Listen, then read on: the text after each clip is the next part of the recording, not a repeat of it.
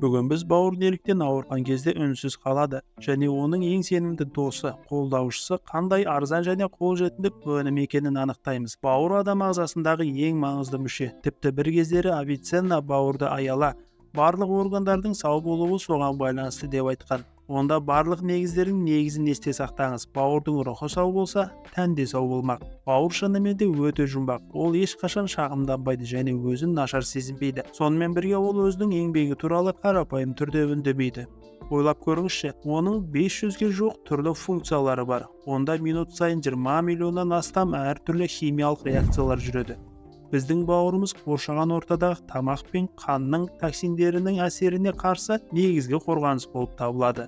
Сонымен қатар ол біздің денемізге қажетті витаминдер мен микроэлементтердің қоймасы ретінде әрекет етеді. Ең таңқаларлығы, бауырда ауырсыну рецепторлары мүлдем жоқ. Сондықтан ол әдетте ауырмайды. Дегенмен ол жай ғана кеш емес, тым кеш болған кезде өзінің бар екенін жариялайды. Бауырдың өзін-өзі қалпына келтіретінін бәріміз білеміз. Сондықтан оның жағдайы бізді алаңдатпайды. Бұл ішінара ақталған, өйткені табиғаты бойынша бұл орган өзін-өзі жаңартатын керемет қабілетке ие. Прометей туралы аңызды еске түсіріңіз. Бүркіт күн сайын оның бауырын шоқиды, ал таң ата оның бауыры бұрынғы қалпына келеді-міс. Бірақ сіз бен біз Прометейден алыспыз. Ол артық трансмайлары немесе химиялық қоспалары бар тағамдарды жемеген, әртүрлі дәрі-дәрмекпен өзін зақымдамаған. Оларды себеппен де себепсіз де қабылдамаған. Ал біз мұның бәрін теріс пайдаланамыз. Бұл бауырдың өзін-өзі емдеуге арналған сиқырлы қасиеттерін жоққа шығарады. Қорқынышты статистика. Планетаның барлық ересек тұрғындардың 3-тен 1-інде бауыр проблемалары бар. Бауырымызды үздіксіз шар тәрізді тыртыққа айналдыруға өзіміз кінәлі болсақ, оны сақтап қалуда өз қолымызда. Бауырдың басты жауы ретінде майлы тағамдарға қатысты қалыптасқан стереотиптен арылудан бастайық. Шындығында сау бауыр майды энергия көзіне айналдырып қорыталады, бірақ бауыр денсаулығына шынымен зиян келтіретін нәрсе холин мен В4 витаминінің төмендеуі. Бұл витамин майлардың бөлігі болып табылады және ұсақтағыш ретінде қызмет етеді. Ол майларды ыдыратады. Сонымен қатар ол артық майларды холестеринмен бірге денеден тасымалдайтын троллейбус ретінде әрекет етеді. Бауырдың ұлғаюына әкелетін себеп В4 витаминінің жетіспеушілігі. Көптеген тағамдар холинге бай. Бұл қырыққабат, тауық жұмыртқасы, ет өнімдері, бұршақ дақылдары, майлы балық. Осының бәрін күнде жейміз ғой деп айтуыңыз мүмкін. Бірақ бұл біз ойлағандай емес. В4 дәруменің маңыздырақ міндеті бар. Ең алдымен ол оларды қорғау және жеңілдету үшін жасушаларға кіреді. Содан кейін тікелей миымызға барады. Бұл бізге керемет көңіл күй сыйлайды. Бізге шоғырлануға және берік есте сақтауға мүмкіндік береді. Өйткені ол ми жасушаларының жойылудан және Альцгеймер ауруының пайда болуынан қорғайды. Сонымен қатар бұл витамин нейрондар арасындағы импульстардың берілуін қамтамасыз етеді. Бізге қозғалу, сөйлеу және ойлау қабілетін беретін нәрсе. Сондықтан бауыр бұл құнды витаминнің аз ғана бөлігін алады. Нәтижесінде оның жетіспеушілігі сөзсіз артық салмаққа, бауырдың айналасында майлы жастықшалардың пайда болуына және қандағы холестерин деңгейінің жоғарылауына әкеледі. Бұл жағдайда не істей аламыз? Керісінше әрекет жасаған дұрыс. Егер біз В4 дәруменің өндірісін арттыра алмасақ, онда холин арбасын тазартамыз. Яғни бауырға пайдалы майларды қалдырып, барлық зиянды майларды сыртқа шығарамыз. Бұл үшін диетадан нені алып тастау керек? Майлы қаныққан майларға бай сүйек сорпалары, майлы қой және сиыр еті, үйрек пен қаздар жатады. Бауырдың оларды қорыту үшін тым көп уақыт қажет. Біз трансмайлардан бас тартамыз. Біз тек картоп пен зиянды гамбургерлер туралы айтып отырған жоқпыз. Біз өзімізді еркелетуді ұнататын барлық нәрсе туралы. Печенье, рогаликтер, тоқаш, әсіресе маргарин мен хош иістендірілген қатпарлы қамыр өнімдері, мұздатылған пиццаларды, пирожныйларды және өнеркәсіптік майларда дайындалған басқа да дәмді тағамдарды жеуге болмайды.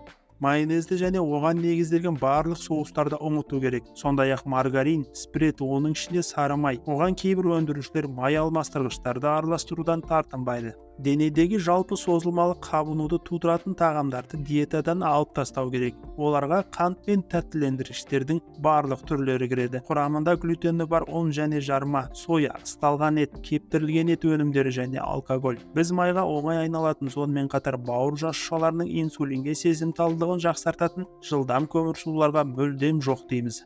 Және бұл қант диабетіне апаратын тікелей жол. Егер бұл тізім сізге өте күрделі болып көрінсе, онда бұл қате пікір. Бұл өнімдерсіз біз денемізге пайдалы диетаны оңай жасай аламыз. Енді бауырды құтқаратын бауыр дәрісі туралы айтудың уақыты келді.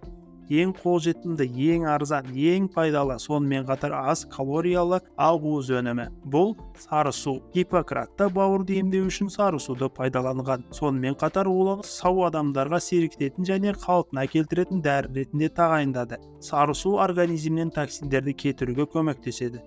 Ішек микрофлорасын жақсартады, газдың жоғарылауын жояды және салмақты қалыпқа келтіреді.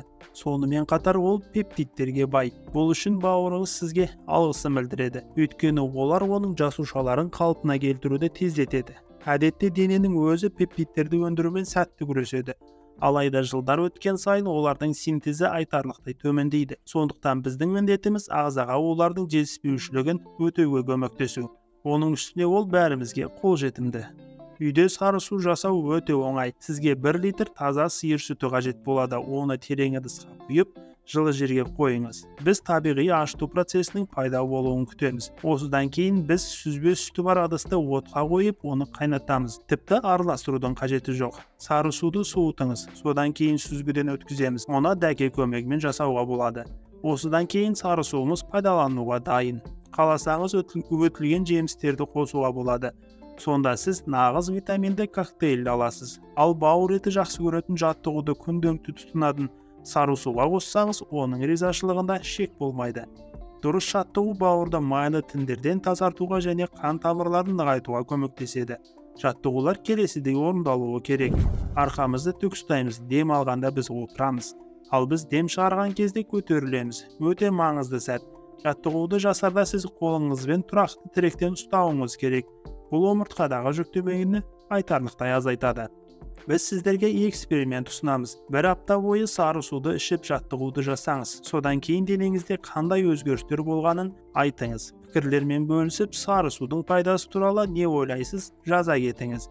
Бұл бейне сізге пайдалы болса, жаңа видеоларды жіберіп алмау үшін арнаға жазылыңыз.